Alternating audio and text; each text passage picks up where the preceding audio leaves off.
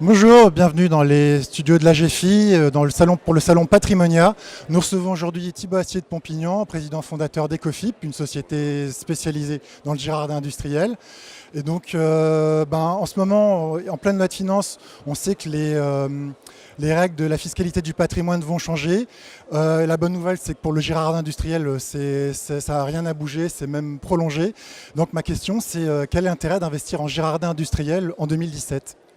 Bien, comme vous l'avez dit, c'est un système qui est aujourd'hui ancien, qui est stabilisé, qui n'a pas connu d'évolution législative ces dernières années. Les dernières datent d'il y a 5-6 ans. Et donc, c'est un système qui est opérant, qui est rentable et bien sécurisé pour les investisseurs. La sécurisation étant l'un des points forts de notre action. Justement, donc ouais, ça reste stable. Ma question, c'est en fait, c'est un montage qui peut être compliqué à faire. Là, c'était de savoir, en fait, quand si je suis investisseur ou CGP et que je veux mon client investisse sur du Girardin, quels sont les points clés à regarder ?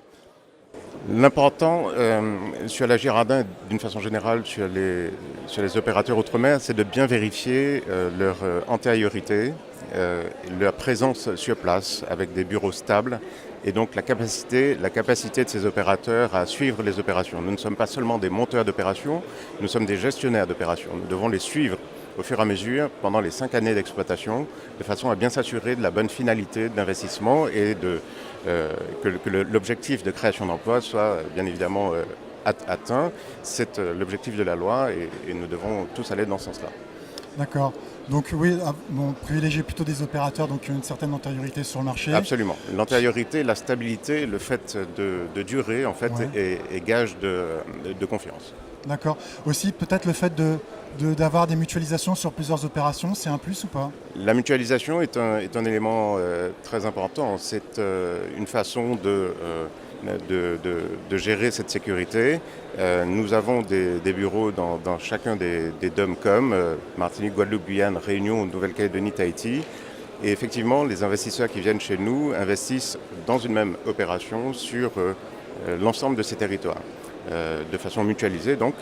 Et cette mutualisation apporte de la sécurité. Nous avons une économie qui parfois connaît des hauts, des bas. Ça ne va jamais tout le temps toujours mal partout en même temps, ni bien partout en même temps. Donc c'est une façon de stabiliser aussi les investissements dans les Outre-mer. D'accord. Justement, un point aussi sur l'actualité, on a pas mal parlé durant le mois de septembre des ouragans Irma et Maria, les dégâts qu'ils ont pu occasionner. Ma question, c'est, je suis investisseur, j'ai fait un investissement Girardin, parce que c'est investir dans du matériel agricole ou industriel dans les DOMCOM, et ce matériel est détruit du fait de l'ouragan. Qu'est-ce qui se passe ? Est-ce que l'opération peut être qualifiée ? Est-ce qu'il y a des risques là-dessus ? Absolument.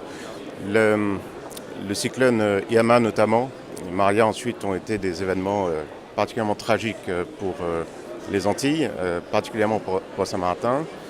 Il se trouve que nous n'avions pas d'opération en cours à Saint-Martin à ce moment. Néanmoins, dans ce cas de figure, les opérations, comme vous le dites, sont assurées par les exploitants eux-mêmes. Nous avons mis en place, au-dessus de cette obligation d'assurance de nos exploitants, une assurance chapeau qui couvre le risque de non-assurance des exploitants si jamais ils n'avaient pas payé leur prime ou si jamais ils étaient en retard, etc. Nous avons une assurance pour défaut d'assurance éventuelle de nos exploitants. Donc on a vraiment mis une couverture particulière sur ces opérations. Absolument. Absolument. Néanmoins, dans ce cas de figure, tout laisse à penser que pour les opérations qui auraient été en défaut d'exploitation pour cause de cyclone, il n'y aurait pas de requalification massive. Tout le monde comprend que le territoire est sinistré, doit se relever. D'accord, oui, parce qu'il y a une communication de la FEDEM sur ce sujet, récemment ou pas, non ? Il y a des échanges en ce moment entre la FEDEM et le ministère sur ça, et un certain nombre d'assurances sont en train d'être diffusées. D'accord, très bien. Eh bien, merci à vous, Thibaut Astier de Pompignan. Je vous en prie. Et à très bientôt dans les studios de la GFI.